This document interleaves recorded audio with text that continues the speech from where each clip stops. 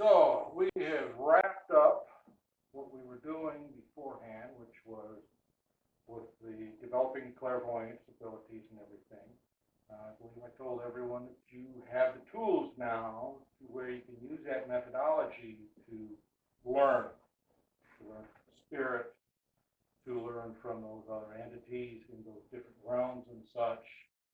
I use it often. In fact, we've been using it recently as I was wrapping up what the basic book project with principles. I wasn't sure. Well, that book was a story without so many mistakes in it. Well, as long as we started from scratch, it's fine. Yeah. Anyway, now, before we get going, I want to discuss our next class, because I won't be here. Reverend Vardaman has offered to go ahead and hold it. Okay. She wants to do flame readings, but I'm going to suggest a modification of that, if that's okay. Okay, because, anyway, what I'm going to suggest is that, can't see that very well. We'll use this one here. What I'm going to suggest, okay, is this is similar to what we were doing beforehand, the mirrors and the other objects, okay, is I would like you to focus on the flame. Now, this is something a little different than what we were doing, because the flame flickered. So I want you to focus on the flame, and then I want you to write down what you saw within it. I know Reverend Vardaman has told me in the past that she likes to go in and doesn't like to come back out. So, that's true. Someone else is doing it, let me tell you. So I'm going to ask if Beth could be the leader in the meditation project. And what that entails is just simply guiding them in, allow the time to pass, and then call them out. Now, for anyone who is involved in any of this, I'm going to give you some of the rules with that.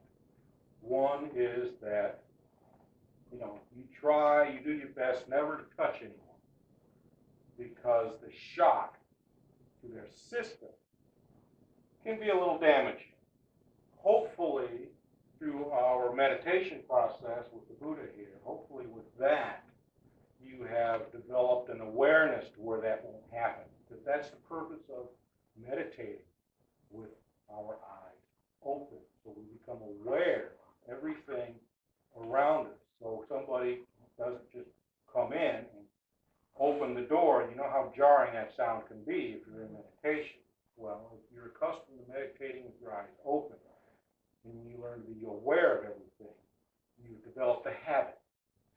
And that habit will help you. Because if you hear someone coming in, your mind will automatically go, click, click, click. Oh, okay, door's opening, no problem. And it won't startle you at all. Well, it may get the sound, but it shouldn't startle you nearly as much as it would have before. Also, now, if you're leading the meditation, okay, when we bring people out, you've heard me bring everyone out. There's a different variety of ways. Whatever comes natural to you is the way you use. Now, what you do is you look around to make sure everybody is moving about. Why I tell people to move your fingers, roll your neck around, stand up, because it grounds you. Now, if someone doesn't come out, or if they're taking too long and you become concerned, you speak with authority. For instance, I would say, Reverend Vardaman, please return. Speak with authority.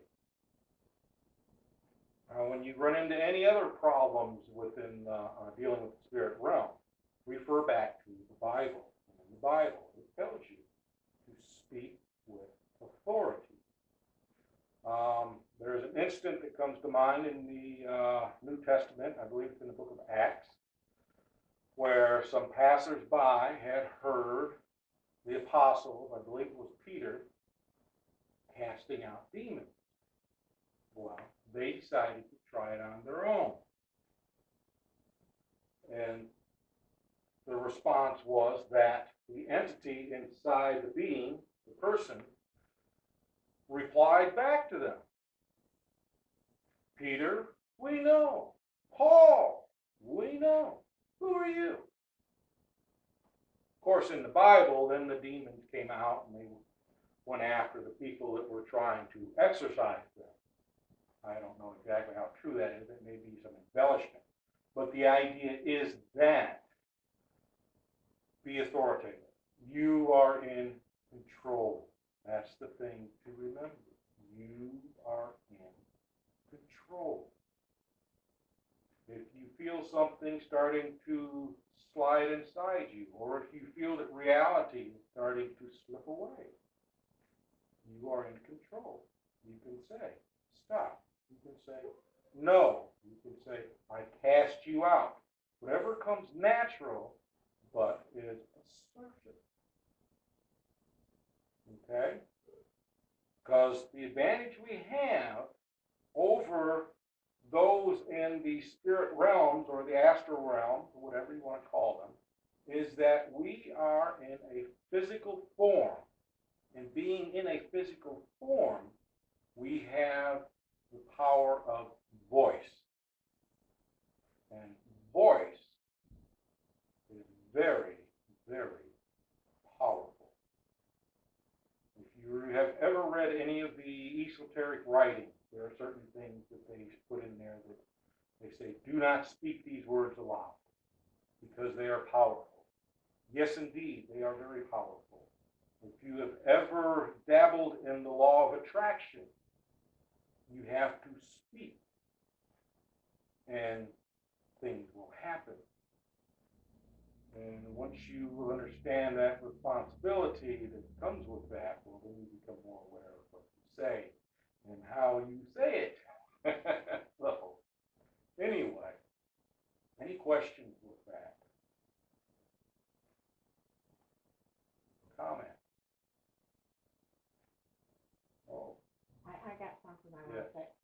I know when I first started going into dances, they always said, "Next time I count to 3 backwards, you're here." They don't have to say anything else, but that long side. I think you know when it's you. I don't know. But I always came back by the time they got wanted, but they count to 3 backwards. Well, here's the thing. Okay. You can have an entity within you, and you can still hear what's going on. Mm-hmm. But you are not necessarily able to control what's going on, especially if the spirit entity is one who's very, I don't want to say powerful, but very authoritative. Now, you remember Reverend Betty Davis. Yeah. Janice may remember Reverend Betty Davis. Yeah. The rest of you, I don't believe, would. Now, she was someone who was in charge. This is the way you did it. Very focused, very authoritative. Okay. So, trying to boot her out is something that would be a bit of a challenge. Mm-hmm. So, if she found a weakness within me, and I think I told this story once before, it was when I was on the threshold of confusion and everything. And I had told the people in charge not to call on me for messages, but, they thought it was kind of cute, so they brought me up there, and this is what they got. What they got was, from what I was told, was Reverend Betty Davis. And she jumped on somebody for not doing their part, for not doing what they were supposed to be doing. From what I've gathered is that she was onto them. It wasn't, she focused her stuff on them, but she was actually speaking to the rest of the group that was there, and it was because of their apathy, the fact that they weren't doing anything as far as the organization was concerned. Now, she had a very powerful personality, very forceful, very intimidating. I'm not easily intimidated. She could intimidate me. So, I wouldn't worry about that because that was a special occasion. Just telling you that you're not always in, once an entity is in, you're not always in control. The nice thing is that, according to the law of association, the only spirits that will be around you are going to be those who are similar to you, like you. Just like you came here not only to learn, but to be around people that are like you. That is the law of association, which is not quite the law of attraction. The law of attraction is we are pulling stuff towards us, and at the same time, as we are pulling it towards us, we're pushing away. Now that's something different from the law of association. And the only reason I learned that is because I did all this studying into spiritualism. So, any other questions or comments?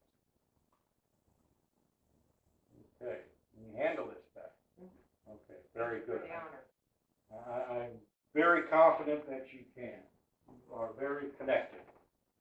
That's because somebody likes to go out and with fire and she doesn't realize she's going out half the time. Well, it's not that. Okay, because that's your nature. To say that to imply that it's something bad is not. It's just that that's who you are. Therefore, it would be better for someone else to control that. So, okay, now. I think, can I say something else? Yes. As soon as you get used to playing and you're concentrating on it, you can ask it yes or no questions and it will move it the same way. I asked it to move the answer towards me and it would flicker towards me if the answer was the answer, but it would flicker sideways if it wasn't. And honestly, it does that. It does that. So you have to, know what you're doing on that part too. She's correct. You can set up communication like that. When spirit communication first became public with the Fox sisters in Hydesville, New York, that was how they communicated. It was through bumps or knocks. And it was knock once for yes, knock once for yes, no knocks for no. And that was essentially how they communicated. And then someone had the bright idea, I think it was Mr. Duschler, who said, we'll run through the alphabet and you give us a knock for each letter that's correct, which is how they learned the name of the entity that was communicating with them, which was, I believe it was Charles Rosen. So, and since we're there, it was also the first time in recorded history that spirit communication was used for forensics. Now, do we know what forensics is? Okay, what? Okay, my simple language is it's the study or the science of